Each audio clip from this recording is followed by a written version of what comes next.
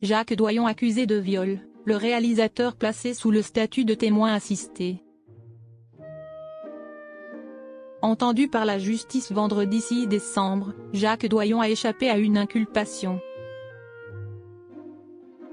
Le cinéaste de 80 ans a été placé sous le statut de témoin assisté à l'issue de son interrogatoire par des juges. Des révélations qui ont secoué le monde du cinéma. Il y a quelques mois, Judith Godrèche avait décidé de prendre la parole publiquement pour dénoncer le système d'emprise dont elle a été victime dans sa jeunesse, et qui l'a conduite à s'engager dans une relation à l'âge de 14 ans avec le réalisateur Benoît Jacquot, lui âgé de 40 ans. Quelques jours plus tard, l'actrice avait également accusé le réalisateur Jacques Doyon de l'avoir abusée sexuellement à 2 reprises lorsqu'elle était mineure.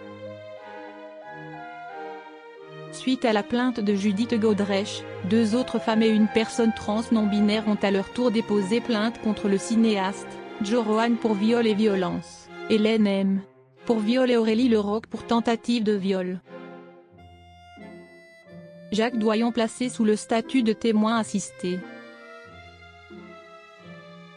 Début juillet, Jacques Doyon avait été placé en garde à vue à la brigade de protection des mineurs, en même temps que Benoît Jacquot.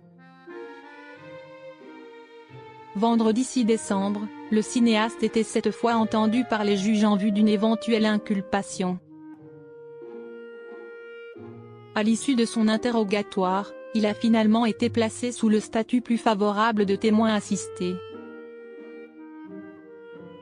Il n'existe aucun indice grave ou concordant contre Jacques Doyon dans cette affaire, et les éléments à décharge sont sans équivoque. Nous avons apporté une correspondance, des courriels, qui mettent en lumière les mensonges de la partie civile, a notamment déclaré à l'AFP son avocate, Marie Dosé. Lors de son interrogatoire, Jacques Doyon a dû se défendre des accusations portées par Joe Rohan, personne trans non-binaire, qui a déposé plainte pour 3 viols, coups et blessures et violences psychologiques. L'accusation portée par Judith Godrèche, Hélène M. et Aurélie Leroc était quant à elle prescrite, empêchant ainsi toute poursuite potentielle. Affaire à suivre.